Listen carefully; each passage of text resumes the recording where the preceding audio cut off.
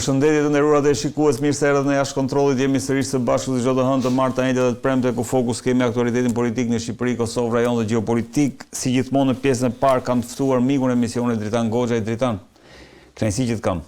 Faleminderit për ftesën.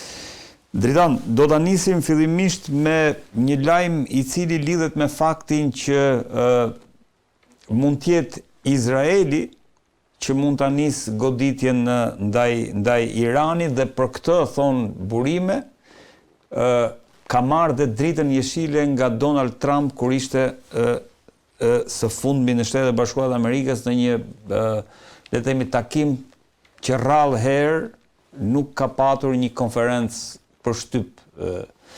Si e vlerëson këtë mundësi? A mendon se ka ndryshuar strategjia apo plani i goditjes që kanë ndërmend Shtetet e Bashkuara të Amerikës dhe presidenti Trump? Unë nuk e mendoj se është një strategji mashtrimi, nuk është diçka e re, është në rolin e propagandës. Shtetet e Bashkuara të Amerikës tashmë e kanë vënë re dhe besoj që ka zëra brenda administratës ushtarake amerikane, jo asaj civile, nëpërmjet brenda administratës ushtarake amerikane që ja kanë bërë me dije presidenti amerikan që çfarë do lloj tentative ushtarake nga ana e Amerikës kundrejt Iranit, sado e madhe forca ndërtare që ajo mund të bëj, mund të sjellë dy grupe goditje zjarri, pra dy që ishte nisur ajo me ajo që diskutuam herën e fundit. Bëj tre, sërish nuk mundet ta zhbëj shtetin e Iranit, nuk mundet, pra mund t'i bëj dëmtime kolosale në aspektin njerëzor dhe infrastrukturor Iranit, por regjimi nuk mund ta argëzoj dhe nuk mund ta zhbëj Iranin dhe nuk mund ta marrë Iranin në kontroll. Dhe kundërpërgjigjja e Iranit do të jetë aq e fuqishme sepse Irani bëhet llaft në këtë moment të luftojë për mbijetesën e tij, kurse Shtetet e Bashkuara të Amerikës nuk e kanë çështjen mbijetese, e kanë për Shtetet e Bashkuara të Amerikës bëhet çështje ekzistenciale në lufta me Iranin në momentin që ata hynë në këtë luftë. Pra pa hyrë në luftë nuk është çështje ekzistenciale. Kurse për Iranin gjatë gjithë kohës është çështje ekzistenciale.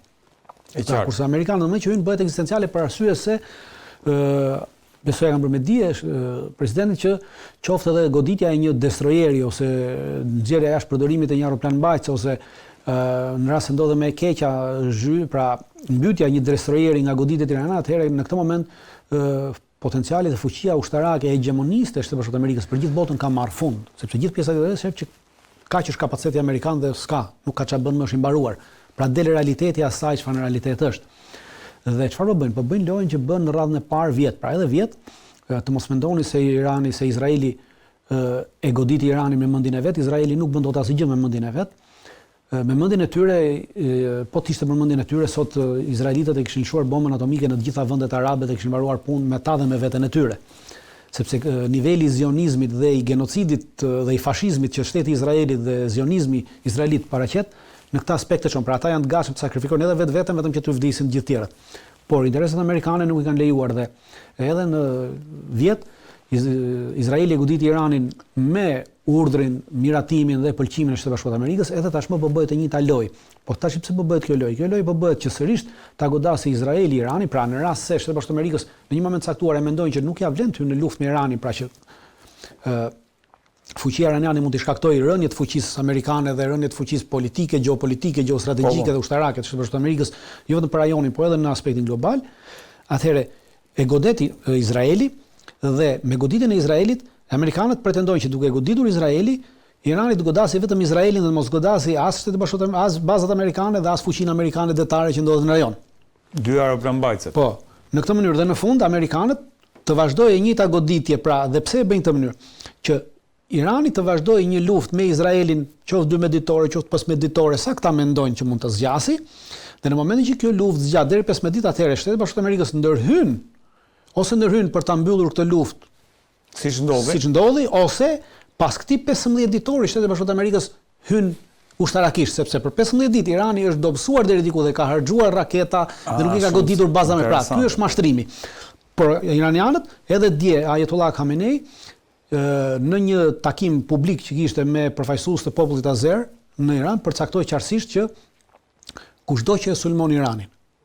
Pra, ju përgjigj tekstualisht kushdo që e sulmon Iranin, qoftë Izraeli, qoftë Shteti Bashkuar të Amerikës, ne do t'i kundërpërgjigjemi të dyja. Pra në rast se sulmon Izraeli do t'i përgjigjen, ata do sulmojnë edhe forcat amerikane, do sulmojnë edhe Izraelin. Në rast se sulmon Amerika do sulmojnë edhe Amerikën edhe Izraelin. Dhe ajo që ishte interesante, dhe këtë e përcakton qartësisht në aspektin që në një faqe të madhe muri atje, pra që qëndronte mbi Ajetullahun, ishte shkruar edhe në gërma farsi, po edhe në gërma arabisht, një ajet i Kuranit, i surës Bekare, ajeti 149, i cili thotë në rast se ata të godasin, ti ju përgjigjesh atyre me të njëjtën mënyrë. Strategjia dritane është që Izraeli përpara 15 ditë dhe pastaj ty Amerika dhe amerikanët mendojnë që këtë strategji pra e shesin në këtë mënyrë nëpërmjet tyre mediave që ne s'po përzihemi dhe Izraeli Reuters në fakt e thotë që jemi dhe ne s'përzihemi dhe Irani merret vetëm me Izraelin 15 ditë dhe pas 15 ditëve Irani normalisht që ka humbur një sasi raketash dobësuar deri diku dhe në atë moment pastaj hyn në Shtetet Bashkuara të Amerikës me gjithë forcën që kanë dhe mendojnë se në këtë mënyrë. Pra unë besoj që kjo nuk do t'i vlejë Shtetet Bashkuara të Amerikës, pra është një mashtrim cili po mundohen ta bëjnë, sepse siç kam thënë gjithnjë lufta është në hile, një trimëri. Pra gjithë janë duke munduar të bëjnë hilet e tyre dhe kjo është pjesë e kësaj hiles luftës për të krijuar këtë idenë mashtruese në mënyrë që Irani të mos godasë Amerikën. Është vërtet dritan që është 1/3, gati 1/3 e flotës regjia, duhet ta kemi edhe foton e flotës amerikane po e mbledhur në atë territorin e linjës mesme. Shiko, nuk mund të themi 1/3, aktualisht janë 8 destroyer.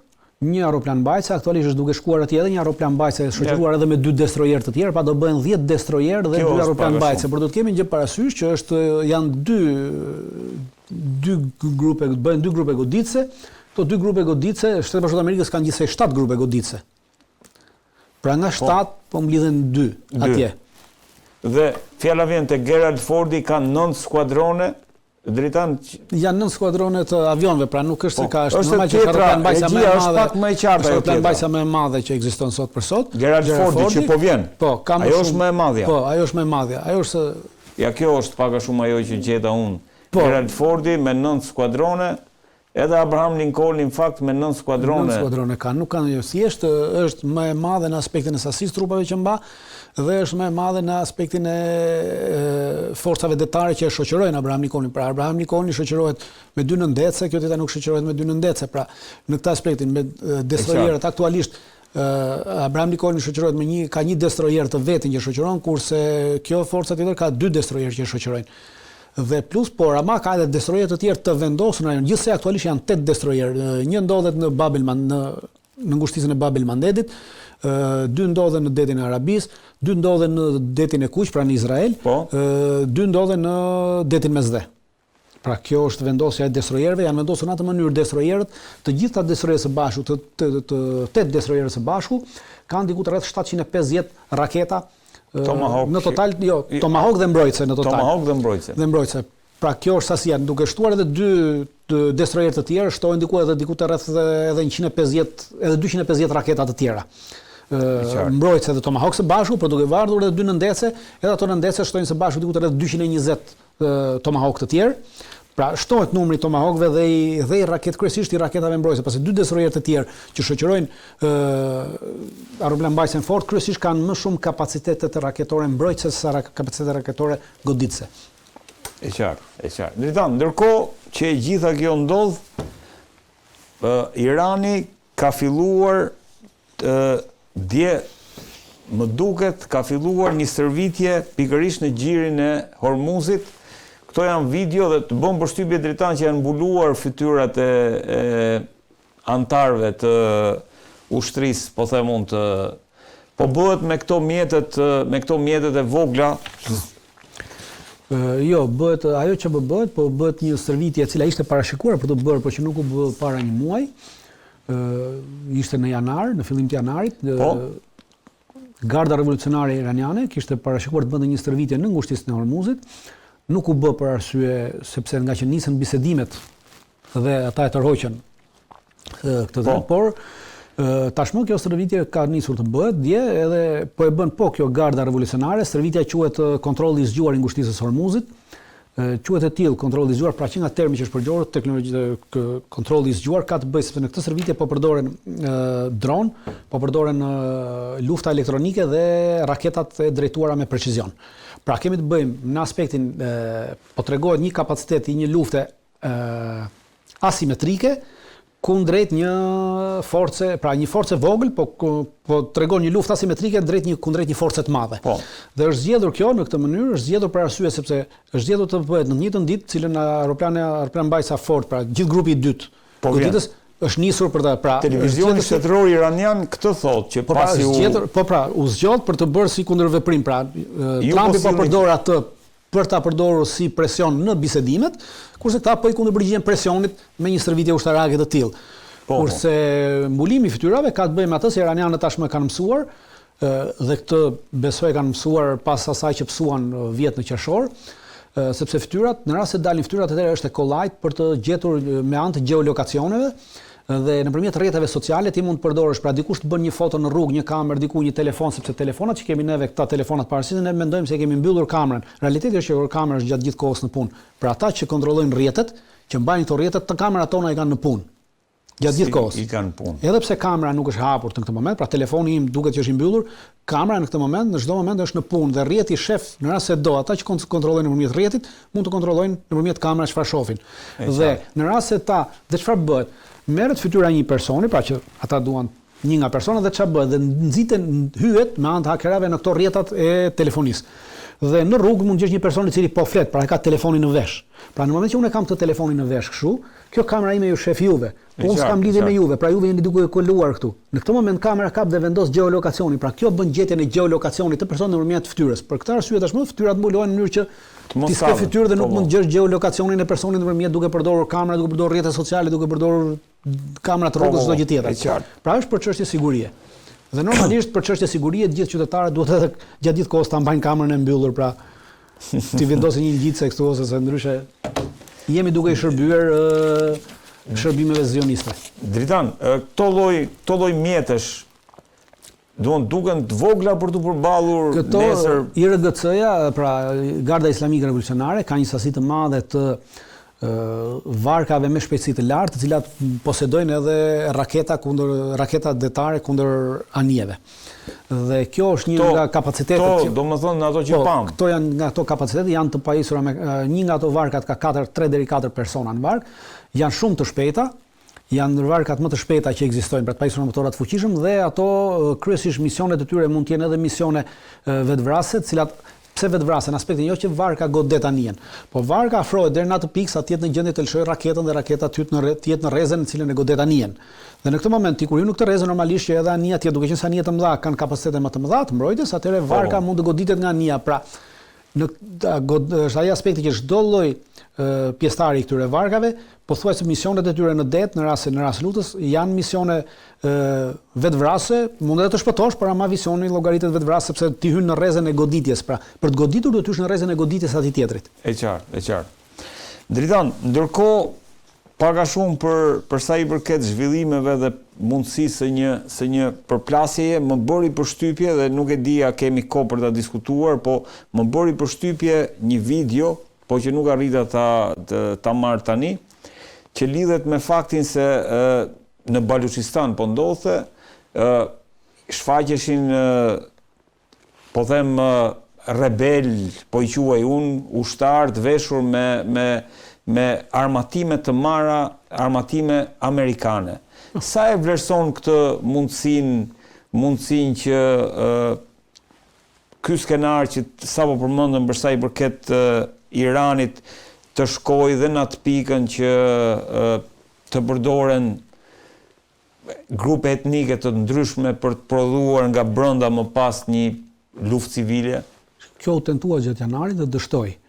Pra është u bë tentativa për këtë dhe dështoi totalisht. Tashmë sasi këto grupe nuk është se kanë kapacitetet të tilla që të shkaktojnë këto probleme. Ajo çfarë bëhet tashmë është në bazë propagandistike, por ama do të kemi gjithë parasysh që Shtetet Bashkuara të Amerikës bazën e tyre në atë rajon kanë pasur gjithnjë Baluchistanin. Kjo ka ndodhur edhe kur revolucioni islamik erdhi në pushtet në vitin 1979, atëherë amerikanët nisën një mision special me forca speciale Delta dhe me forca speciale të ushtrisë dhe Rangera për të një dhe misioni për të vajtur dhe për të ndërhyrë në ambasadën amerikane në Teheran, e cila ndodhej ishte zënë dhe ishte marrë peng nga këta revolucionarët islamik të asaj kohe, dhe baza e nisjes ishte Baluchistani në Pakistan. Pra Baluchistani dhe Baluchit kanë qenë gjithnjë baza kryesore e Shtetit Bashkuar të Amerikës dhe e CIA-s që nga 79-a deri vazhdojnë edhe sot jenë, por sa i mision dështoi për arsye teknike sepse u përplas avioni dhe helikopteri që do zbrisin u përplas në një territor në shkretir në Iran dhe mbetën të vrarë gjithë forcat amerikane që ishin to. Pra dështoi për shkak të fajit tyre, jo për shkak të ndërhyrjes së iranianëve në atë kohë. Por dua të them atë që Baluchët kanë qenë gjithnjë pjesë e kësaj dhe vazhdojnë të jenë pjesë e CIA-s në përdorimin e tyre si në Iran si në Pakistan. Problemi i Baluchëve është që në çfarëdo lloj mënyre që sot ata kanë armiq, kanë edhe qeverinë e Pakistanit, kanë edhe qeverinë e Iranit, sepse në të dyja rastet preken të dyja, pra preket edhe Irani, preket edhe Pakistani. Kështu që në këtë aspekt të dyja kanë pasur një marrëveshje Pakistani me Iranin, marrëveshje e bërë që para 3 viteve, ku forca iraniane hyn në territorin pakistanez të Baluchistanit për të sulmuar këto, dhe ka pasur edhe goditje nga ana e Pakistanit në territorin iranian të forcave baluche që ata arrin të identifikojnë ose ta shoh. Dhe të dyja palët e kanë lejuar këtë njëra tjetrës pa bërë protesta pasi që pra është një marrëveshje e tyre për të goditur këtë bazë. Pra, jo për të goditur si bazë të CIA-s, por të goditur si një bazë e cila mund të sjellë nesër probleme territoriale dhe të integritetit territorial të dy vendeve. Dritan, ndërkohë kemi në Gjenev do kemi një takim sa e mundshme është që Irani të tërhiqet nga kushtet. Vetë Trumpi ka deklaruar që unë do të jem aty indirekt i pranishëm në ato bisedime. Shikoj, duhet kemi një ato që aktualisht takimet po ndodhin në Iran. Dje ka ndodhur takimi dje ka ndodhur një takim direkt midis ministrit të jashtëm iranian dhe kryetarit të Agjencisë Atomike të Kombeve të Bashkuara Rafael Grossi. Po. Pra një takim i hapur ka qenë në Gjenev. Në Gjenev, në ambasadën e Omanit. Pra takimet bëhen në ambasadën e Omanit në Gjenev, pra. Ku është diskutuar për çështjet uraniumit, për çështje bërthamore për këto çështje. Pas deklaratës, pra ministri i jashtëm iranian deklaroi që takimi ishte i frytshëm, ishte në nivelin e bashkëpunimit, u diskutuan shumë gjëra, nuk u vendos asgjë, po u diskutuan dhe nuk pati mosakordanca. Pra kjo ishte ajo që ata deklaruan, të njëjtën që deklaroi edhe Rafael Grossi, pra nuk ishte diçka interesante. Sot pritet që të jenë sërish takimet midis tyre me ndërmjetësi, pra me amerikanët. Ajo çfarë amerikanët po lozin në këtë, pra. Kemi një parasysh, Trumpi ka hyrë dhe Trumpi vazhdon të mbetet tek çështja bërthamore. Pra çështja bërthamore, te marrëdhëniet bërthamore, te këto, te uraniumi dhe nuk po kalon diçka, kurse ata cilët për shembull Marco Rubio deklaroi nga konferenca e sigurisë në Munich që ishte që të diskutojmë edhe për raketa, do diskutojmë edhe për sistemin raketor, do diskutojmë edhe për ndihmën që Irani jep Hamasit, Houthit, Hezbollahve. Pra duke futur gjëra të tilla, po krijon një hapësirë nesër që të justifikohet çdo ndërhyrje ushtarake e Shtetit Bashkuar të Amerikës.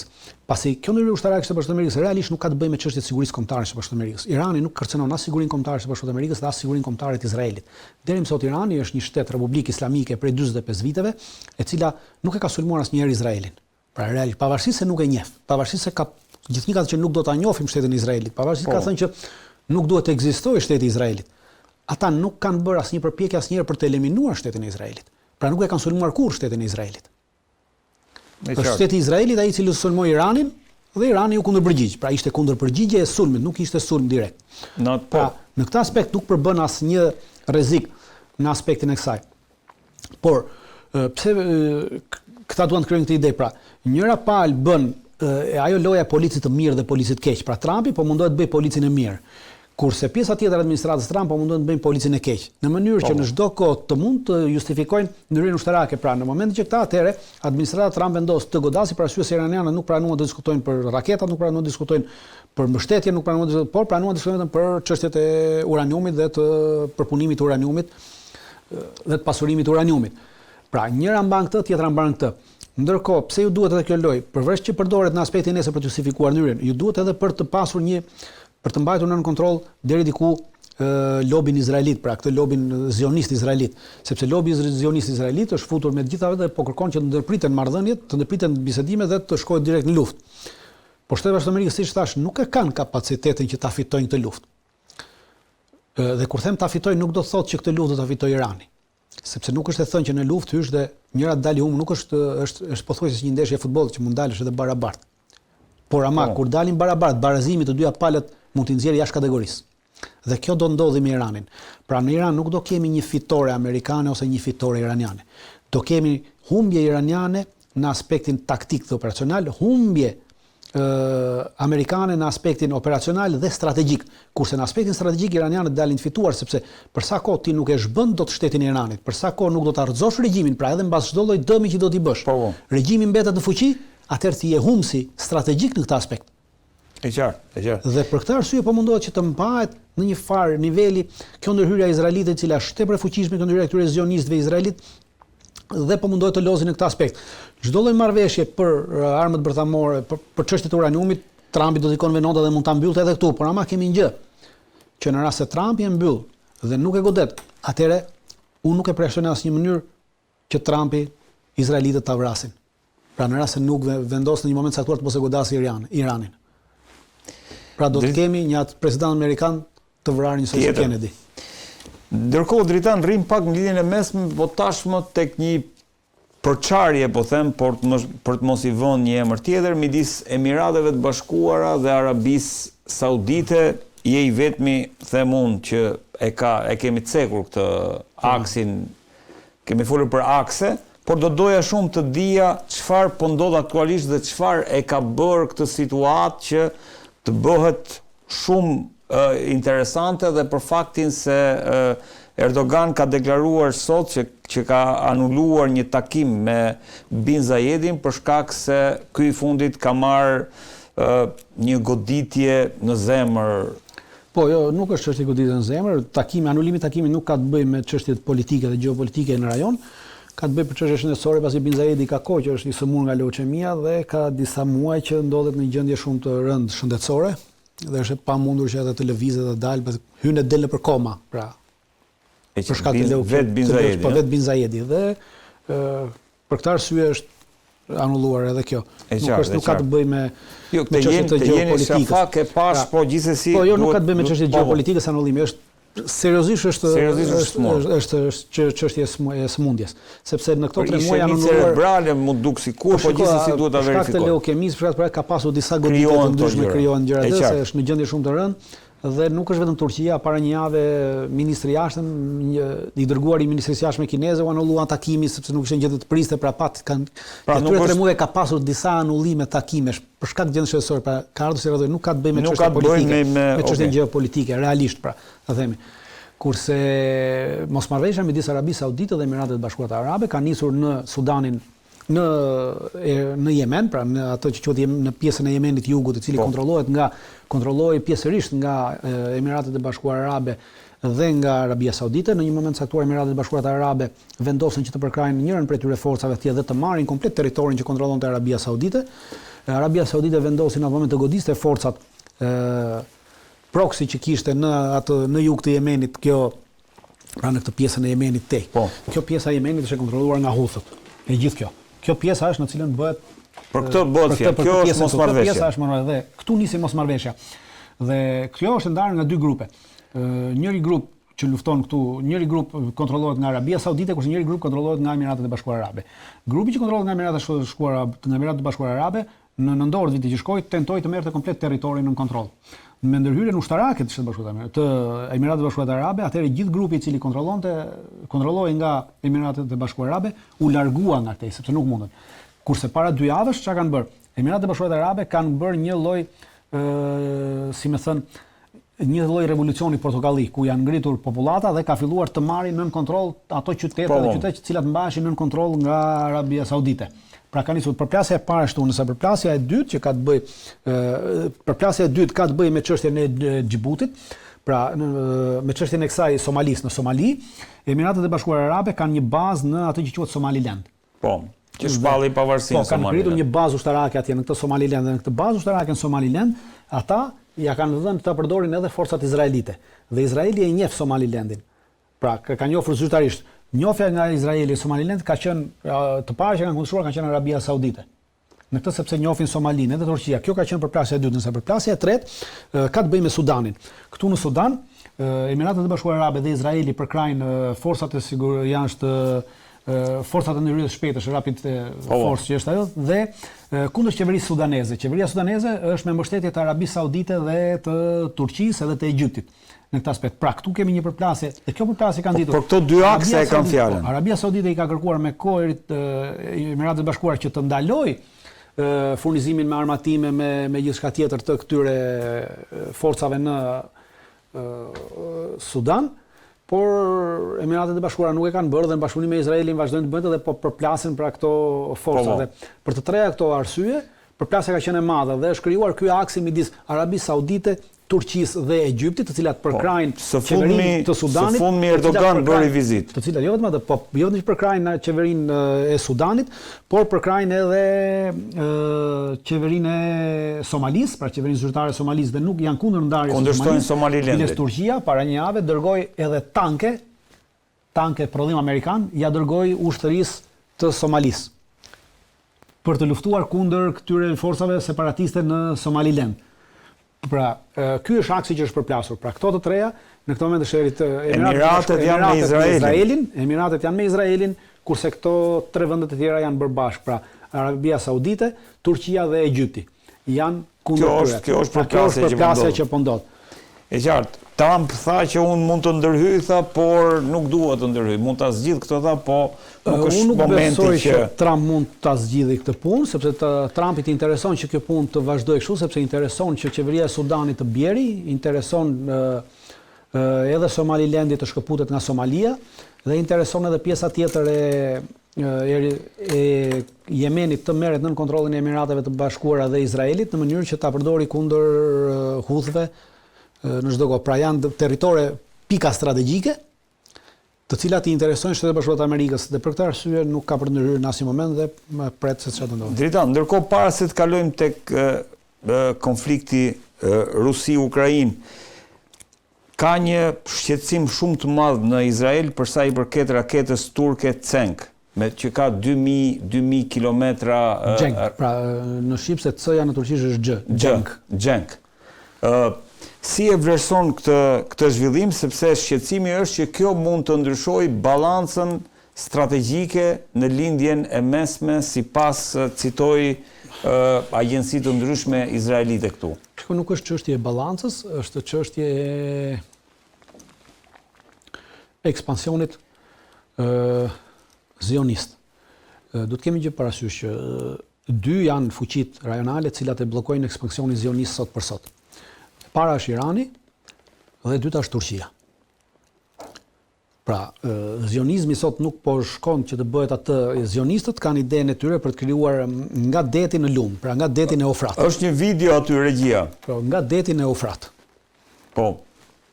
Dhe kjo nga deti në Eufrat përfshin territorin e Sirisë, territorin e Kurdëve, territorin e Irakut, pra të Jordanisë, edhe Arabisë Saudite, e gjitha. Aktualisht këtë qëllim të tyre hegemonist biblik, bazuar mbi çështje biblike të tyre, dy janë shtetet në rajon të cilat e ndalojnë këtë. Irani dhe Turqia. Irani dhe Turqia. Me Iranin po duan ta zhbëjnë, ta dobësojnë, ta marrin në dorë, duke përdorur Shtetet Bashkuara të Amerikës. Kur të mbarojnë me Iranin, do t'i kthehen Turqisë. Me të gjitha format dhe mënyrat. Totalisht. Sepse këto të dyja e pengojnë aktualisht nga ana geopolitike dhe geostrategjike këtë projekt, që ky projekt të zhvillohet dhe të bëhet. Dhe turqit kanë kuptuar një gjë, pra turqit kanë kuptuar që kanë me kohë që e ndjekin përgatitjen raketore iraniane. Dhe kanë kuptuar që sidomos në vjet e kuptuan qartësisht që sistemi raketor është ai që të jep një mbrojtje strategjike dhe një vlerë strategjike rajonale. Pra Irani ka këtë sistem raketor që i ka dhënë fuqi rajonale, strategjike në gjithë rajonin. Dhe turqit e kanë parë sepse e ashtu si Irani edhe Turqia nuk ka kufi me Izraelin. Po. Dhe largësia më e afërt, pra largësia më e afërt nga Izraeli në Iran në Turqi është 500 kilometra, distanca më e afërt ndërmjet tyre. Dhe Turqia nuk është një fuqi detare, sepse lidhet nëpërmjet detit, po s'është fuqi detare që të mund ta sulmojë me forcë detare e Izraelin. Nuk e ka këtë kapacitet. Atëherë duke parë që edhe Irani nuk ka kufi, por Irani arriti të godiste fuqishëm Izraelin nëpërmjet një sistemi raketor. Atëherë turqit kanë kuptuar që duhet ky sistem raketor të bëhet edhe ky bazë për të rritur fuqinë strategjike të Turqisë në rajon në përballjen nesër me Izraelin. Dhe drejt kësaj po shkojnë. Kanë prodhuar disa raketa, kjo është një prodhim. Raketa Cenk nuk është prodhim i ri, raketa Cenk është prodhim i vitit 2023, për herë të parë është testuar në vitin 2023 dhe kur është testuar në 2023 ajo ka pasur distancën 1000 kilometra. Tashmë është testuar raketa e dytë, po Cenk me distancë deri 2000 kilometra. Pra, është rritur distanca e të njëjtës raketë, nuk është raketë që prodhua për herë të parë. Ka këtë fuqi dhe në këtë aspekt duke bërë 2000 kilometra, atëherë nga gjysma e Turqisë, pra në rast se regjia mund ta ndihmojë me një hartë të rajonit, nga gjysma e Turqisë, edhe këtë pra duke qenë se kjo është raketë, kemi të bëjmë një raketë balistike me rrezet mesme veprimi, sepse raketa deri në 2000 kilometra raketat balistike dritan dhe një herë se ata që na dëgjojnë nuk është se balistike e kanë fiksuar. Pra, raketat balistike janë raketa me lëshim vertikal, të cilat dalin nga hapësira dhe pastaj hyn në hapësirë. Shikoni Turqia dhe shikoni ku është edhe Izraeli. Këtu. Pra ky është Izraeli, kjo që shihni, kjo kuqja këtu. Pra distanca më afërt nga këtu është 500 kilometra. Në rast se bëjmë 2000 kilometra, atëherë nga çdo pjesë e bregut, edhe nga thellësia e territorit. Se pasi Turqia ka një territor, ka një thellësi strategjike, me 2000 kilometra mund të arrish edhe cepin më fundor jugor të Izraelit. Pra në këtë moment, Izraeli është bërë i cënushëm nga pikpamja strategjike dhe Turqia mund t'i shkaktoj dëm e Izraelit pa pasur nevojë të ketë përplasje direkte. Turqia po merr atë që ka Irani, po merr atë po kopjon Irani në këtë aspekt dhe për këtë arsye Izraeli ndihet i kërcënuar për se nuk mund t'i shkojë më hegemonia e tij, pra me Turqit që ka bërë, dhe Turqit e kanë prodhuar këtë raketë. Tashmë është në fazën e testimit, e ka kaluar testimin e parë që mbërrin 2000 kilometrash. Do të varet nga sasia që turqit do të prodhojnë. Pra çështja e turqit kanë edhe dy raketa të tjera. Një raketë është 230 km, 250 km, kurse një raketë tjetër që është testuar, Tajfuni është 560 km. Me Tajfunin, pra nga çdo pikë këtu, nga këtu, duke nisur nga këtu, gjithë bregun, edhe deri këtu mund të rrëzohet, mund të lëshohet Tajfun sepse 560 km pra çdo lloj në këtë pjesën veriore të Izraelit mund ta godasësh. Turqit janë duke testuar një raketë tjetër Tajfun me 1000 km. Pra me 1 kilometër shkojnë deri në gjysmë të Izraelit, kurse kjo me 2 ka goditje, pra goditjet bëhen më të mëdha. Do të kemi që parasysh që raketa Cenku ka sasinë eksplozivit deri në tash 1000 kg, pra 1 ton. 1 ton është sasia eksplozive që përdor. Kur hyn dhe ka një veçori, është vetëm raketa aktualisht balistike turke e cila e ka kokën e manovrueshme. Pra në momentin që rihyn në atmosferë, koka është e manovrueshme dhe mund ta manovrosh për të dikur radarëve ose për të dikur aty. Por ka një gjë, përdor dy lloje sisteme radarësh. Po. Përdor GPS-in, pra për sistemin global që duhet, për atë që quhet global navigation, pra navigimin global që duhet për të arritur në objektiv, përdor dy lloj. Përdor GPS-in dhe përdor GLONASS-in. GPS-i është sistemi amerikan, kurse GLONASS është sistemi rus.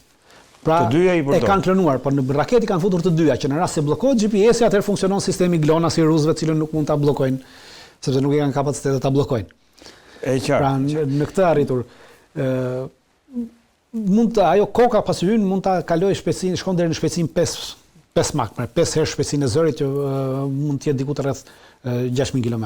Kjo e bën një raketë deterrence dritan. E bën një raketë deterrence, por deterrenca e kësaj rakete varet pastaj nga sasia e raketave që Turqia arrin të prodhojë. Po, e qartë. Dritan, tani kalojmë pak tek ajo që po ndodh midis Rusisë edhe Ukrainës. Kemi patur dhe do kemi një takim, më bëri përshtypje, domethënë ekipet, sidomos ekipi rus, te ky takim që do bëhet në Zvicër edhe ky, ku ishte bënte përshtypje që do ta drejtonte këtë takim vetë Vladimir Medinsky, që ka qenë edhe kryetari apo udhëheqësi i takimit i grupit dhe ekipit që arriti që në 2022 apo 23-shin që të kishte një paqe në Stamboll, që të ishte një mundësi në një ankushim 22-shin ku Boris Johnson akuzohet se e prishi si marrëveshje që palët kishin mbritur. Pra ishte Vladimir Medinsky, ishte edhe Dmitri Kirill, më duket që është i dërguar i special i Putinit, pra ajo që më bëri përshtypje se zakonisht nuk është se jemi fokusuar, po është një nivel i lartë në kuptimin e përfaqësimit. Si e vlerëson këtë mundësi? Shiko, takim në Gjenevë është bërë për të thjeshtësuar punën i është mbajtur një hartë të amerikanëve, edhe të rusët kanë përdorur këtë edhe nga ana politike, pra me dy qëllime politike. Pse kanë pranuar takimin në Gjenevë? Takimin në Gjenevë kanë pranuar, duhet kemi që në të njëjtën ditë, pra takimi mbahet sot dhe nesër. Po sot dhe nesër mbahet takimi në Gjenevë dhe midis Iranit dhe Amerikës. Dhe takimi midis Iranit dhe Amerikës e prezanton Witkoff dhe Kushner. Takimin midis rusëve dhe ukrainasve Witkoff dhe Kushner. Të dy. Pra të dy. Dhe çka kanë bërë rusët? Kanë lozur në mënyrë diplomatike shumë perfide. Në mënyrë që duke qenë se takimi Iranit do të mbajë në Gjenevë, takimi Iranit, dhe takimi Iranit është kërkuar në Gjenevë nga Omani. E qartë. Omani.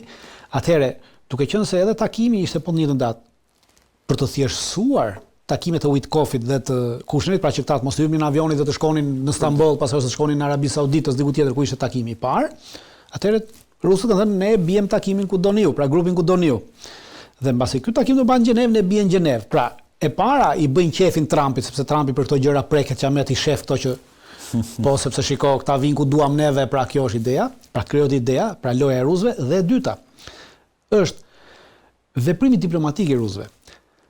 Deri më sot çdo lloj delegacioni rus, përfshi dhe Medinskin, i cili është një person i sanksionuar nga Bashkimi Evropian. I sanksionuar? Po, është nën sanksione, nuk mundet të udhëtojë në Bashkimin Evropian. Ndërkohë që ekipi rus ka udhëtuar në drejtim të Bashkimit Evropian dhe ka vajtur në Gjenevë, pra e ka thyer të sanksion. Normalisht që nuk është pjesë e Bashkimit Evropian kjo, Zvicra, por ama ka kaluar mbi gjithë territoret e Bashkimit Evropian për të vajtur në Gjenevë. Pra të gjitha vendet e Bashkimit Evropian që në konferencën e Miniut bërtisin me të madhe që Rusia duhet ta shuajë, Rusia do ta shkatarrojmë, do ta bëjmë, do ta luftojmë, janë detyruar nën presionin amerikan të heqin përkohësisht të sanksion dhe të lejojnë udhëtimin e një avioni rus në hapësirën ajrore europiane për të ardhur në Gjenevë. E qartë. Pra, dhe me këtë janë treguar dy gjëra. Pra, e para Amerika i ka treguar Evropës që ju nuk jeni askushi, pra këtu vendosun.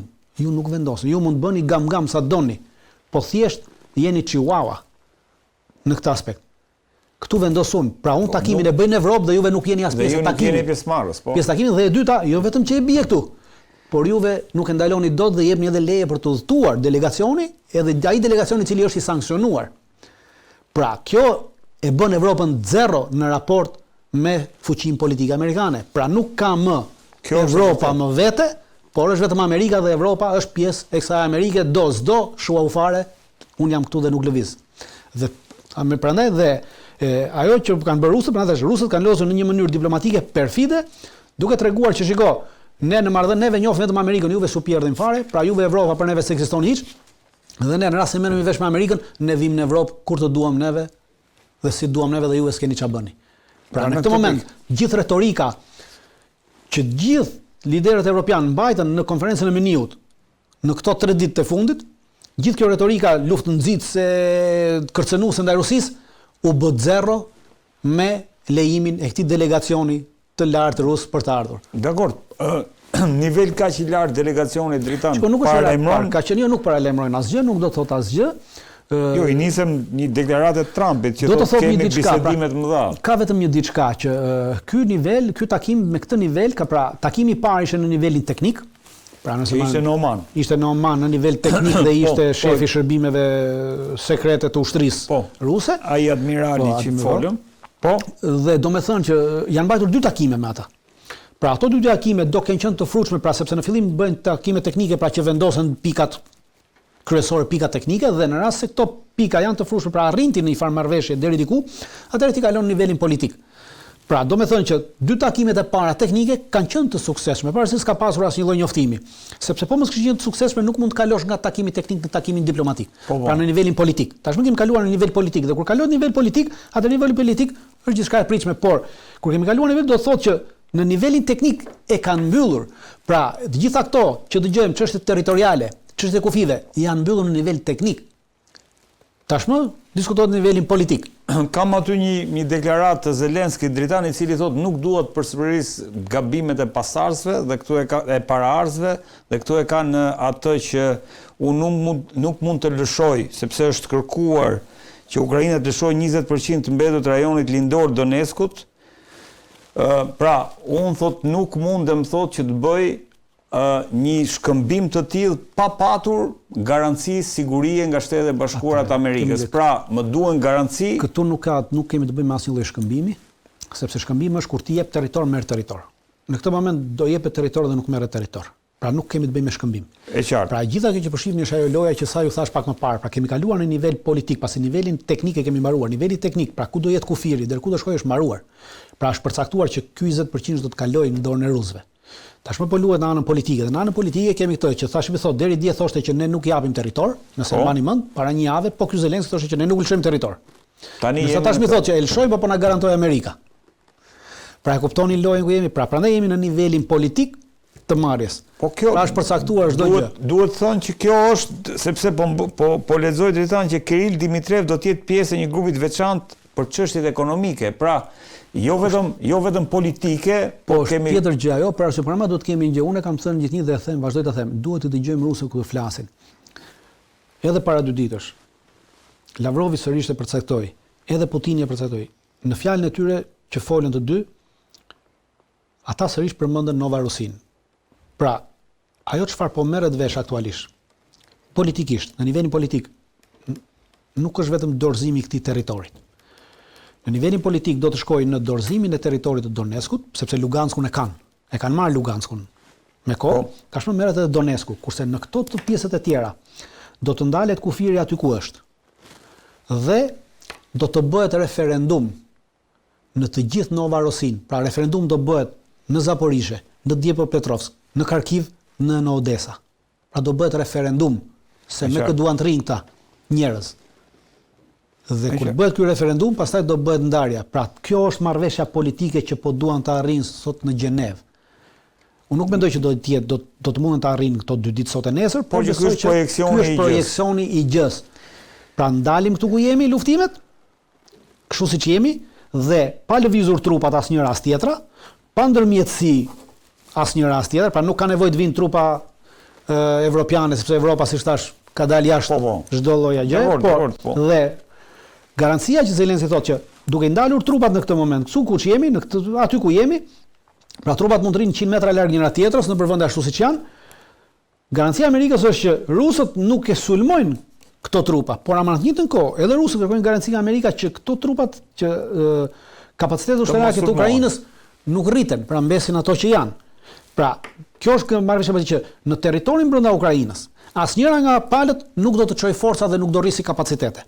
Të ngrihet. Po do ngrihet ashtu siç është në këtë moment dhe ngrihet, krijohen kushtet për referendum, në të njëjtën kohë që bëhet referendumi krijohen kushtet për të bërë edhe zgjedhjet në Ukrainë dhe shkojnë paralel to. Dhe nesër bëhet referendum, mbaron referendumi, ato palë që do thonë pjesë të Novorosit duan të shkojnë me Rusinë do të ndahen në këtë aspekt dhe mbyllet një kormir. Dhe kjo pse po bëhet? Kjo po bëhet që nesër në momentin që bëhet në këtë mënyrë, amerikanët prej fillimit e kanë thënë që janë dakord të njohin këto territore. Nëse mbani me Trump, por ama që të njohë edhe pjesa tjetër e botës, ti je detyruar që ta bësh me një lloj referendumi. Dhe ky lloj referendumi duhet bërë në këtë mënyrë, në këtë lloj armëpushimi, në këtë lloj paqe. Dhe pastaj nuk mundet më të thotë as Evropa as kush që jo ne nuk e njohim. Do një kornizë ligjore. Pra pikërisht.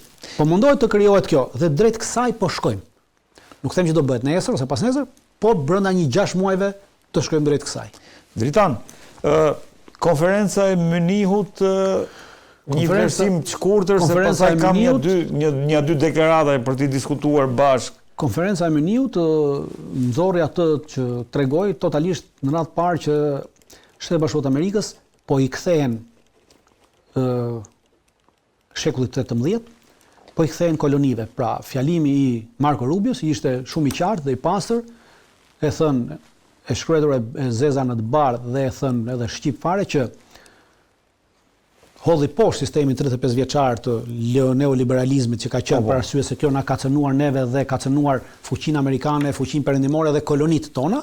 Kërkoi që hodhi poshtë të gjitha vendet e tjera që kanë luftuar kundër kolonializmit, pra kjo nuk duhet të ekzistojë dhe në rast se doni të ekzistoni duhet jeni pjesë e këtij neokolonializmit të ri amerikan. Pra Amerika ai nxori parullën e re që të gjithë duhet të jemi pjesë e neokolonializmit amerikan dhe do vazhdojmë luftrat neokoloniale. Pra Amerika tashmë do kthehet në një fuqi koloniale, siç ka qenë në shekullin 18 dhe këtë duan të bëjnë. Rendi dhe Rendi nuk është se ka rënë Rendi ky ka qenë sepse fuqi koloniale ka qenë, por thjesht deri dje ai rend paktën formalisht, po i hym asaj. Deri dje do të themi gjë që pushtimi kolonial dhe ndërhyrja koloniale justifikohen në emër të demokracisë.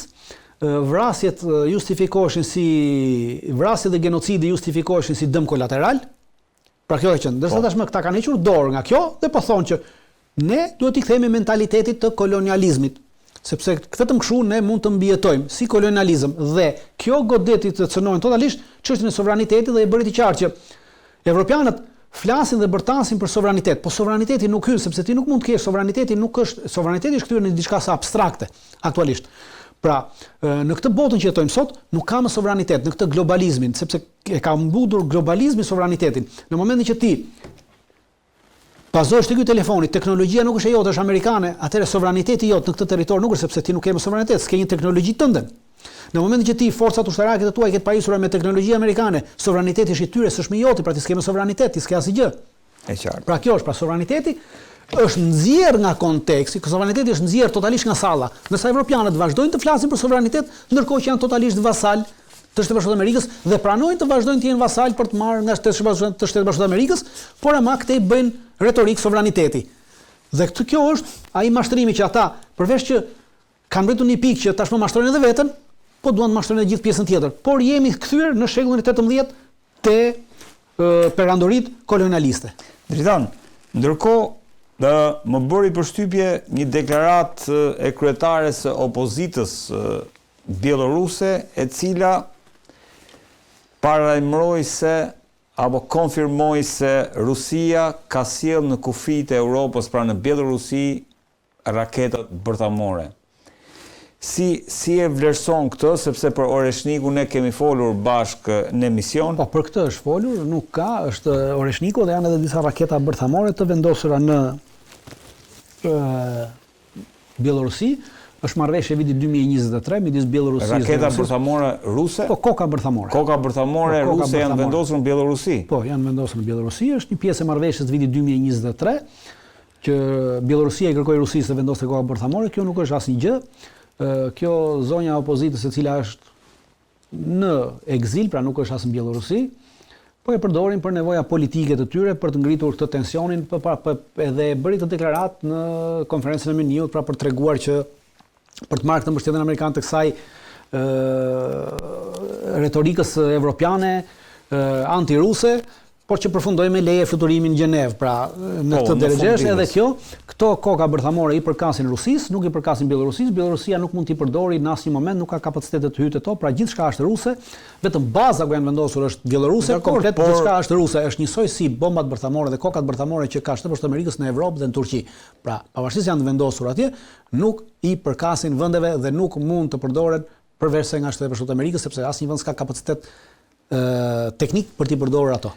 Ndërkohë është folur edhe për ombrellën bërthamore europiane, Francë, Gjermani, nuk ka një ombrellë bërthamore europiane, pra kjo që flitet është, si thash, liderët këta që i thon vetes lider perëndimor, janë ca chihuahua, janë një tuf ignorantësh të cilët flasin për sovranitet ndërkohë që janë totalisht vasal të Shtetit Bashkuar të Amerikës. Nuk ka asnjë kapacitet të ombrellës bërthamore, pasi Evropa nuk ka as mbrojtje bërthamore, as mbrojtje strategjike, as mbrojtje raketore.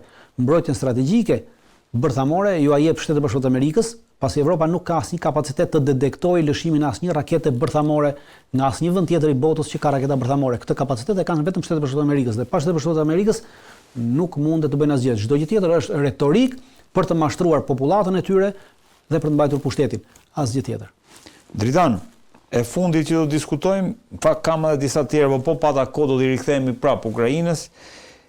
Në Greqinë shumë afër nesh, domethënë, duhet kemi edhe regjia, duhet kemi edhe fotot gazetave Euroactive. Është arrestuar një kolonel i përfshirë në spionim për Kinën. Po, ju thatë Greqinë që kemi afër, një këngë popullore e vjetër, në Labri thot, Greqinë e kisha motër, po ajo s'më deshi kur, ma bëri me të pabes kur isha i sëmur. Prandaj me kemi të afër. Dhe po është arrestuar një kolonel i lartë, komandanti i bazës së Kavurit. Baza e Kavurit, e cila ndodhet në Atik në Athinë, është baza kryesore stërvitore e forcave të mbrojtjes kundërajrore dhe të mbrojtjes ajrore dhe të luftës elektronike të shtetit grek. Koloneli i arrestuar punonte për interesat të kinezëve. Pavarësisht se është thënë ka vetëm këto 2-3 vite, po është e pamundur, ai ka mbi 2-3 vite, pra duhet të ketë mbi 10 vjet që punon, është pjesë e një grupi kinez i cili dhe ka të bëjë lidhje me 2 spion francez, të cilët u arrestuan edhe në para 2 javësh në Francë, të cilët punonin për Kinën në nivelet e larta të vendimarrjes së ushtrisë franceze. Edhe kjo çfarë ka bërë? Ka dëmtuar qamet. Pasi ky deri tashmë janë zbuluar që deri tash ka dhënë diku edhe 10 paketa të ndryshme. Këto 10 paketa 2 përkasin çështjeve të sigurisë, paketa sigurie të Greqisë, ndërsa 8 të tjerat i përkasin paketave të sigurisë të NATO-s dhe të sistemeve të sigurisë të NATO-s dhe sistemeve të sigurisë të Shtetit Bashkuar të Amerikës që përdoren në NATO dhe në Evropë. 8 paketa? 8 paketa sigurie, pra paketa ndryshme sigurie që ka dhënë ky. Pasi duke qenë se ka qenë në nivele shumë të larta të vendimarrjes dhe të komandimit, dhe të trajnimit, ka pasur akses të plot në të gjitha nivelet e sigurisë të mbrojtjes kundërajrore, në nivelet e sigurisë të radarëve, në nivelet e sigurisë të luftës elektronike në NATO dhe të atyre Shtetet Bashkuara të Amerikës që përdoren në Evropë. Pra ku ju ka dhënë të gjitha këto të dhëna teknike, ju ka dhënë kinezëve. Dhe nuk përjashtohet që është një ndërhyrje e tillë e tyre për shkak të radarëve, sepse edhe me luftën që ndodhi midis Pakistanit dhe Indisë, avionet francez nuk arritën radarët francez nuk arritën të kapnin raketat që lëshuan avionet kinez që përdorte Pakistani.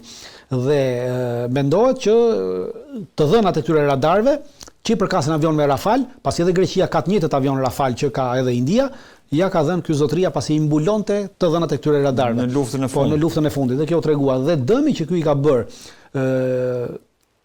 ushtrisë greke, dëmi që i ka bërë nivelit të sigurisë kombëtare Greqisë është shumë i madh në raport me Kinën, por ka bërë një dëm të madh edhe në nivelin e sigurisë evropiane, për arsye se ka ndërhyrë në nivelet e sigurisë duke dhënë të dhëna të sigurisë teknike të mbrojtjes të sigurisë evropiane ushtarake dhe të sigurisë amerikane në Evropë. Ka dhënë të dhëna për çështjet patriotëve, pasi ka raketa sisteme patriote në Greqi dhe ky ka pasur akses në nivelin e sigurisë të këtyre raketave. E ka dëmtuar shumë Greqinë në nivelin diplomatik dhe në nivelin strategjik në prezencën e saj në NATO. Aktualisht ka filluar që sepse nuk dihet se sa është rrjeti i këtij, duke qenë se ky ka qenë komandanti i kësaj baze stërvitore. Pra ka qenë një bazë stërvitore ku gjithë ata që duhet stërviteshin për çfarëdo lloj trajnimi duhet kalonin në këtë bazë. Dyshohet që rrjeti mund të jetë edhe më i madh dhe dëmi mund të jetë shumë herë më i kalkuluar i madh se sa ai që është zbuluar, dhe për këtë arsye në këtë moment Greqia është ndërprerë në të gjitha këto në të gjitha grupet e punës në NATO, në të gjitha komandat e rëndësishme të NATO-s ku hyet, pra oficerët grek ju është ndalur, nuk ju janë ndalur të dhënat, ju janë ndalur hyrja, ju janë ndalur to, pra Greqia ka psuar një goditje të madhe në përfaqësinë e saj në NATO, por edhe një goditje të madhe në aspektin e saj ushtarak dhe të sigurisë.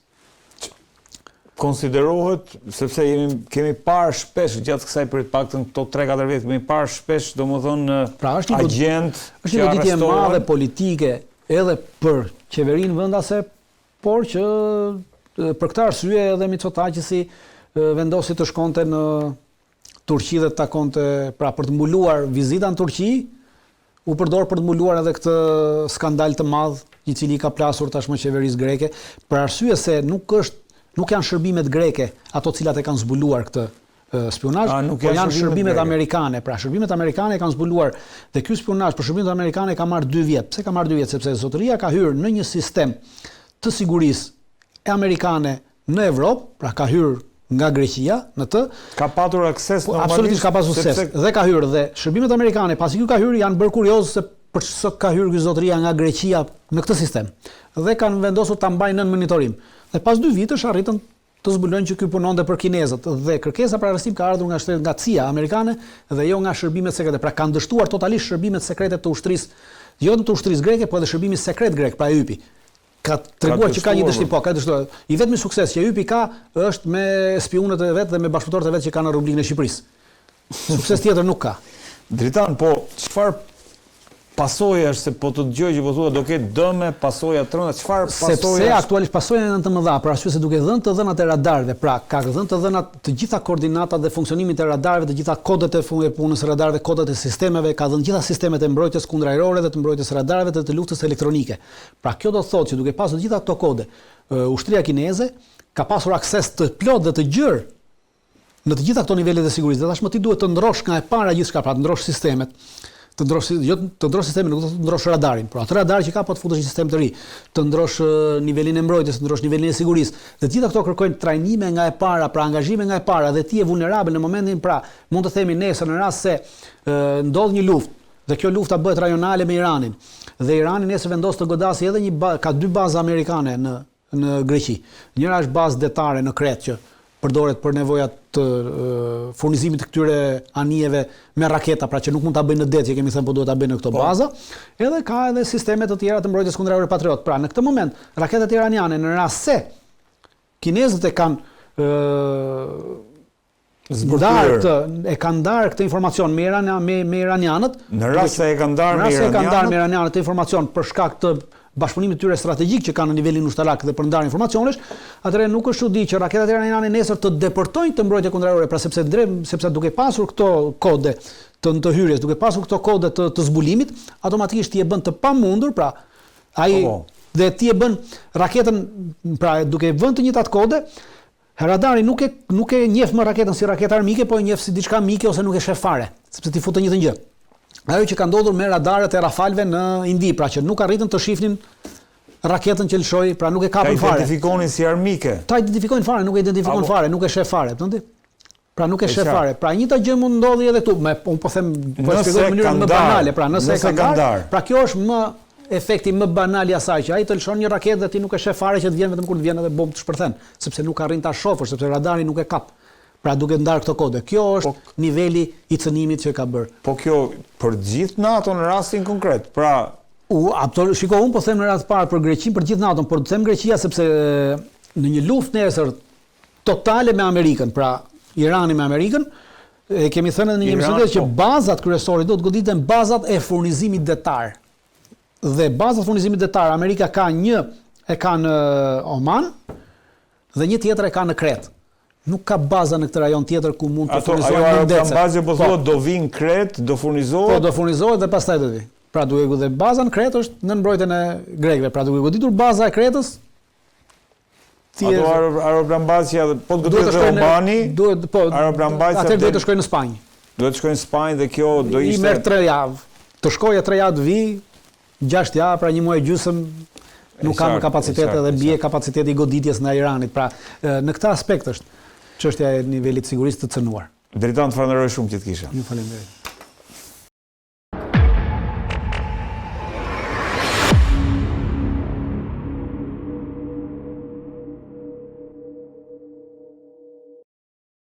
Në këtë pjesë e emisionit është bashkuar me mua studiuesi Olsi Azexhi. Olsi, kënaqësi që të kam, si gjithmonë. Faleminderit për ftesën. Ols, çfarë po ndodh në atë që konsiderohet tensione që mund shkojnë deri në një përplasje midis Shtetet Bashkuara të Amerikës dhe Iranit, sepse së fundmi ka qarkulluar një lajm që mund të jetë Izraeli që mund godas i pari dhe thuhet që të paktën burimet citojmë që Izraeli mund ta ketë marrë dritën jeshile për ta goditur Iranin, ndërkohë do ta zhvillojmë bisedën edhe në raport me bisedimet që po mbahen në Zvicër. Pra çfarë po ndodh aktualisht? Çfarë po ndodh aktualisht është që amerikanët kanë çuar 1/3 e flotës së tyre pranë gjirit persik. Trumpi është sërish, domethënë sikur bëri edhe në qershor të vitit, 2025 po pretendon që po bën diskutime për të bërë marrëveshje me iranianët, por sipas gjithë gjasave marrëveshja nuk do të ndodhi, nga që Trumpi kërkon që iranianët të kapitulojnë. Me kapitullim nënkuptohet që Irani duhet bëjë atë që bëri Muammar Gaddafi apo Saddam Husseini në vitin 2003, si në rastin e Libis, t'i japi të gjithë programin e tij nuklear, t'ja japi amerikanëve, dhe si në rastin e Libis edhe të Irakut, të shkatroj raketat që Irani ka. Dhe iranianët e kuptojnë dojën, dhe ata nuk janë të gatshëm që të dorëzohen pa luftë, dhe me një probabilitet shumë të madh është që neve mund të shohim luftë në ditët në vijim. Ne patëm përpara 2 javësh kryeministrin e Izraelit Benjamin Netanyahu që shkoi në Shtëpinë e Bardhë, ka qenë ditë e mërkurë, ku u takua me Donald Trumpin në bisedime që zgjatën mbi 3 orë, dhe që nuk u dha asnjë detaj apo konferencë për shtyp. Netanyahu i tregoi publikut izraelit përpara se shkonte se do flasin për Iranin, dhe kemi që prej 2 javësh një furtunë në mediat amerikane me dosjet e Jeffrey Epsteinit, që ka qenë edhe miku i Donald Trumpit. Me sa kuptohet është që këto e-mailet e Jeffrey Epsteinit, me sa duket po lëshohen nga Mossadi izraelit apo nga lobi izraelit, si një mënyrë për t'i bërë presion Donald Trumpit për t'a futur Amerikën në luftë. Ne e dim shumë mirë që Izraeli apo Mossadi izraelit gjithmonë, ashtu sigur edhe spionazhi rus, por edhe spionazhe të tjera, përdorin shantazhet seksuale për të kërcënuar politika në përbot. Për shembull, ishte lobi izraelit ai që detyroi presidentin Bill Clinton që të bombardonte Irakun, të bombardonte Sudanin edhe Somali në kohën e tij, duke përdorur filmimet që i kishin bërë Clintonit me prostitutën Monica Lewinsky, që ja kishin çuar në Shtëpinë e Bardhë. Dhe me sa duket edhe në këto momente, po kemi të njëjtin lloj presioni që po përdoret kundër presidentit Donald Trump. Me sa duket, izraelitët duhet i kenë Trumpit fakte shumë inkriminuese. Bëhet fjalë që Trumpi ka përdhunuar vajza të vogla, bilesfidit që edhe mund ketë vrarë njerëz në ishullin e Jeffrey Epsteinit. Edhe me sa duket, ata e kërcënojnë Trumpin me këto, dhe me këtë lloj shantazhi, ata janë duke e detyruar Trumpin që të hyjë në luftë kundër Iranit. Në këto momente që ne flasim, kemi 1/3 e flotës amerikane, e cila është afër Iranit, dhe probabiliteti është që ne do të shohim një luftë shumë shpejt. Cili është ose cila mendon do të jetë strategjia e kundërsulmit iranian, Olsi? Strategjia e kundërsulmit iranian do të jetë e përqendruar një kundër Izraelit, që ata e kanë objektivin më të dëshiruar edhe më strategjik, nga që dihet që mbrapa sulmit kundër Iranit qëndron Izraeli, pasi qëllimi i Izraelit është shkatrimi në final i Islamit, dhe kuptohet që në këto momente kur Izraeli feston 3 dekadat e fitoreve të tij kundër vendeve arabe, vetmi vend që ka ngelur akoma është Irani. Dhe Irani, domethënë në kundërpërgjigje, dhe generalët e gardës revolucionare iraniane dhe gjithë e kanë thënë shumë qartë që ne do të godasim Tel Avivin në momentin e parë që do goditemi, pastaj do goditen edhe bazat amerikane që janë në vendet arabe përreth Iranit, në Irak, në Arabinë Saudite, në Katar, në Bahrein, në Emiratet e Bashkuara Arabe, në Jordani dhe në Siri. Dhe përveç kësaj, iranianët do mundohen që të zhysin luftanijet amerikane që janë në detin e Kuq, afër gjirit Persik në këto momente. Në këto momente që ne jemi duke folur, Garda Revolucionare Iraniane ka nisur manovra ushtarake në ngushticën e Hormuzit. Një nga veprimet që iranianët do të bëjnë gjithashtu është që do të mbyllin ngushticën e Hormuzit për të bllokuar naftën që vjen nga gjiri Persik dhe në këtë mënyrë ta fusin botën në një krizë ekonomike dhe në një farë mënyre i detyrojnë amerikanët që të tërhiqen. Olc, ndërkohë që po shkojmë drejt asaj që pak a shumë edhe ti e qartësove, po shkojmë drejt një përplasje, drejt një lufte, si e vlerëson rolin e Rusisë edhe Kinës në rastin e një përplasje të mundshme, sepse së fundmi janë parë qoftë avion rus që kanë zbritur në Teheran, gjithashtu edhe luftanie zbulues të zbulimit strategjik kinez janë afruar afër detit të Omanit. Pra, si e vlerëson këtë përshkallëzim në rast se Rusia dhe Kina do përfshihen, siç po përfshihen me mbështetje ushtarake apo mbështetje të zbulimit strategjik për sa i përket Iranit. Si llogarit projeksionin e një përplasje të tillë për gjithë lindjen e mesme? Tani, për rusët, sulmi kundër Iranit do të jetë një sulm kundër Rusisë, do të jetë pak a shumë një përsëritje e skenarit të luftës në Ukrainë, nga që për personat që dinë atë, domethënë që ndjekin mendimin gjeostrategjik të qeverisë ruse dhe të presidentit Vladimir Putin, qëllimi i rusëve është që gjithmonë të mbajnë amerikanët dhe NATO-n sa më larg kufive të Rusisë. Dhe po ta shohim, domethënë me këndvështrimin nga Moska, për rusët rënja e qeverisë në Iran do të thotë sjellja e një Zelenski numër 2. Ky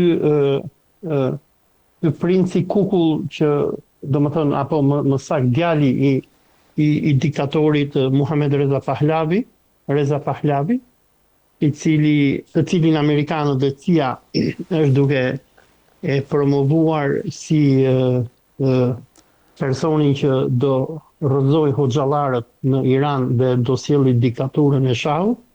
Ky është një Zelenski numër 2. Biles për personat që ndoqën edhe fjalimet dhe takimet në konferencën e sigurisë së Munihut, Reza Pahlavi ishte me Zelenskin. Pra, projekti i Aleancës Zioniste Amerikane është që Iranin ta kthejnë në një Ukrainë numër 2. Dhe Rusia nuk do ta lejojë këtë gjë. Po a do të hyjë Rusia ushtarakisht në Iran? PPRH nuk duket si e mundur, për shumë arsye. Arsye numër 1 është se Irani është shtet i konsoliduar, ka ushtrinë e vet, ka strukturat e veta ushtarake etj. Dhe nuk është nevoja për Rusin që të ndërhyjë. E dyta është që Rusia në këtë moment është duke e armatosur Iranin. Për personat që ndjekin këto grupet në Telegram apo edhe në Twitter që monitorojnë hapësirën ajrore iraniane, për ditë ne kemi avion ushtarak që nisen nga Moskva dhe ulen nëpër aeroportet e Iranit dhe sjellin furnizime ushtarake. Po, ky është fluturimi i fundit, Olsi. Po. Ky që ke aty tani. Po, një nga fluturimet e fundit të avionëve. Rusët janë duke dërguar armë non-stop, duke rindërtuar sistemet e radarëve iranian. Dhe përveç kësaj kemi një ndihmë masive që po vjen nga Kina, nga që duhet kuptojmë diçka, që Irani është një vend shumë strategjik, jo vetëm për Islamin, por edhe për Rusin, edhe për Kinën.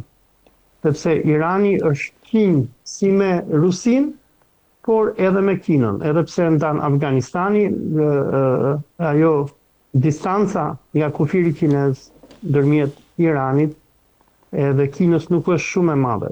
Dhe sikur kanë deklaruar edhe zyrtar kinez në ditët e fundit, ata nuk do të lejojnë që amerikanët të bëjnë me Iranin atë që bën me Venezuelën.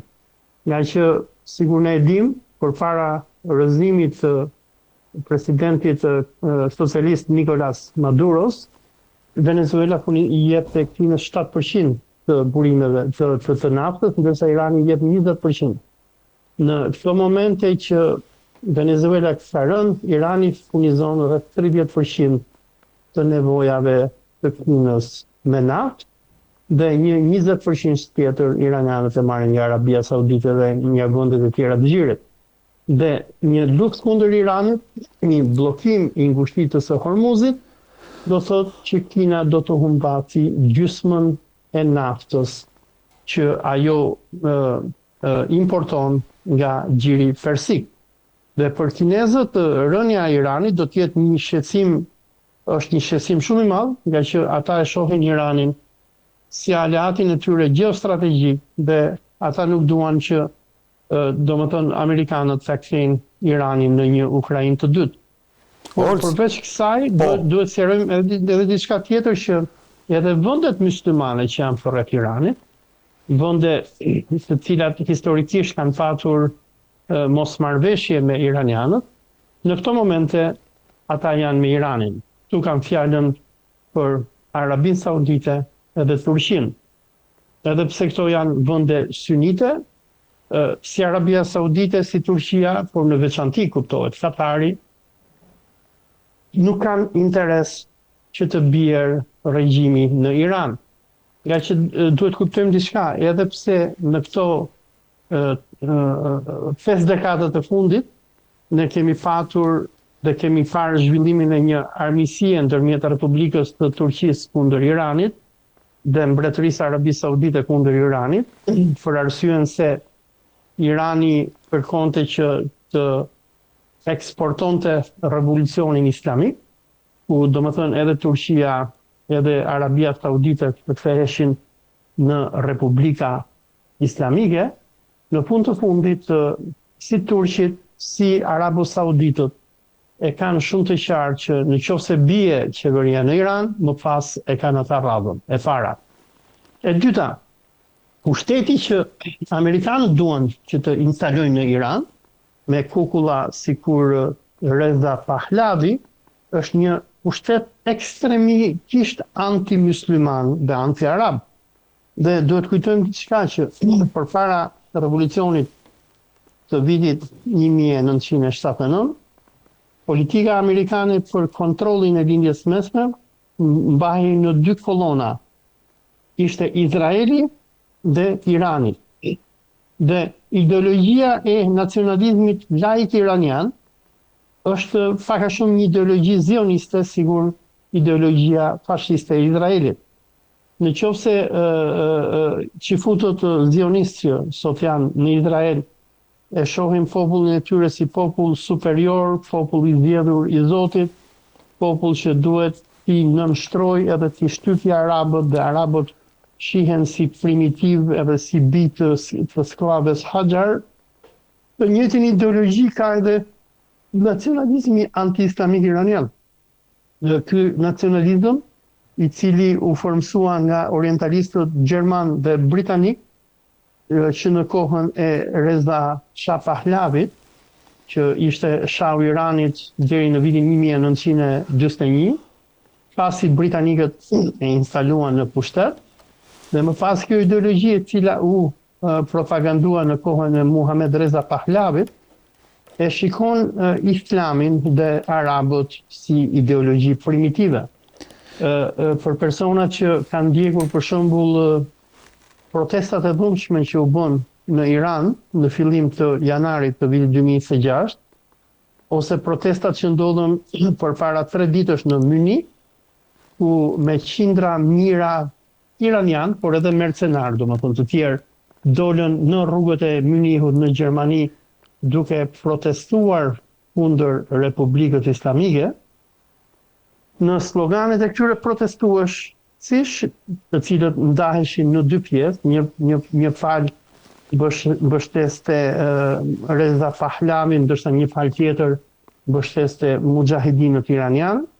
Çfarë i bashkon të 2 këto grupe është urrejtja kundër Islamit, Palestinës, Arabëve dhe Muhamedit.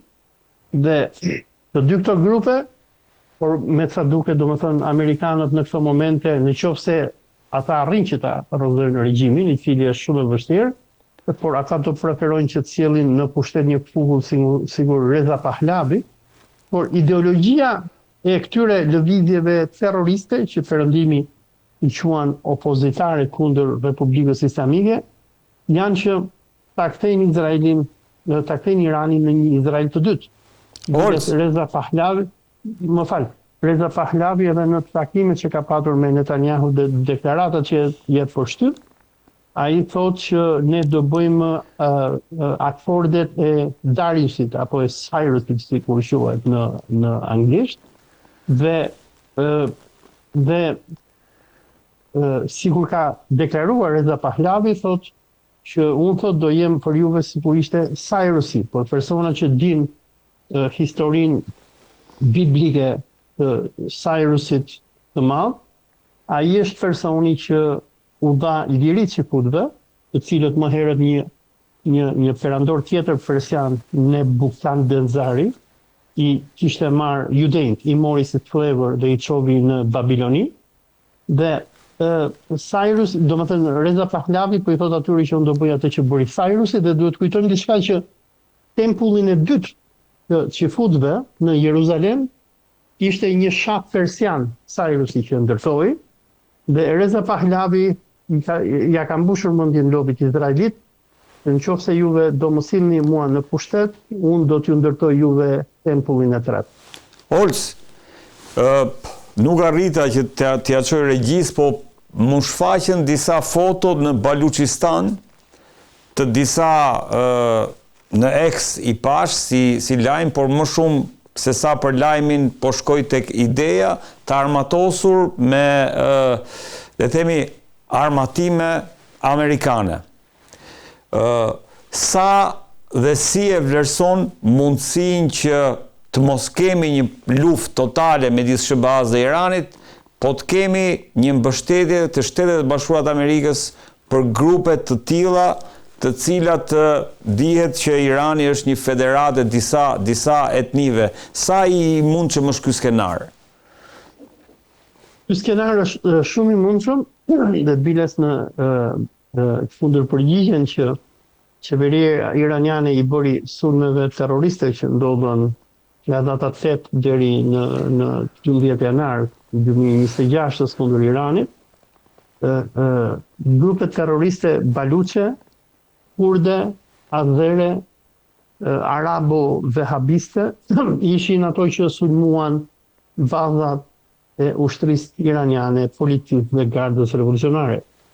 Në këto momente që ne flasim, janë me mira luftëtarë që po përgatiten për të hedhur kundër Iranit, përveç baluçëve.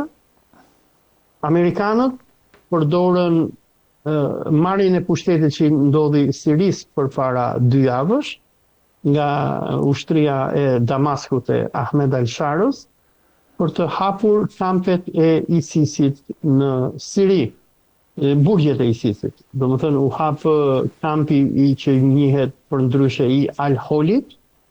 Juve në Shqipëri keni parë edhe se si një mbi emrin e ka Dumani, Usol arriti që të dalin nga burgu dhe u kthyen në Shqipëri, por shumë nga burrat e këtyre kampeve me këta xhihadistët e ISIS-it janë nxjerrë nga burgjet dhe deklarata zyrtare e amerikanëve është që ne po i marrim këta, po i çojmë në Irak nga që në Siri nuk ka siguri.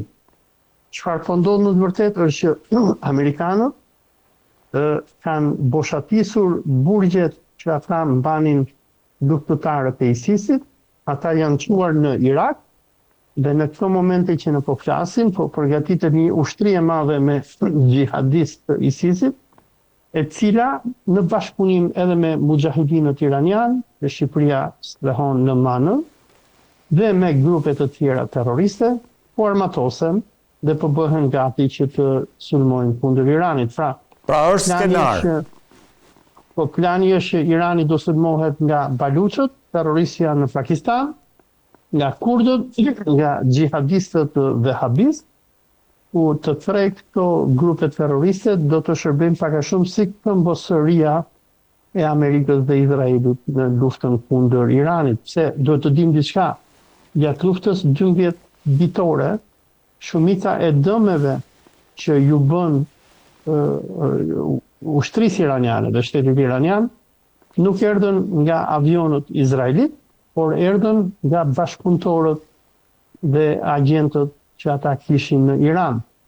Dhe në qoftë se në luftën e qershorit sulmet ishin hit and run, godit dhe largohu, tani me sa kuptohet amerikanët janë duke bërë plane që ndoshta të bëjnë edhe pushtime të rajoneve kufitare të Iranit, për shembull në Baluchistanin e Iranit, për shembull në Ahvaz, në rajonet kurde, ndoshta në Azerbajxhanin iranian e tjerë, që në këtë mënyrë amerikanët dhe izraelitët ta lodhin ushtrinë iraniane, e cila ndërsa nga deti dhe nga qielli ajo do të përballet me agresionin amerikano-izraelit, nga toka ajo do të përballet me agresionin e këtyre grupeve terroriste. Olc, të falenderoj shumë që të kisha. Faleminderit për ftesën. Të nderuar teleshikues, kjo ishte gjithçka kishim përgatitur për ju sonte nga unë Red Varaku. Natë e mirë.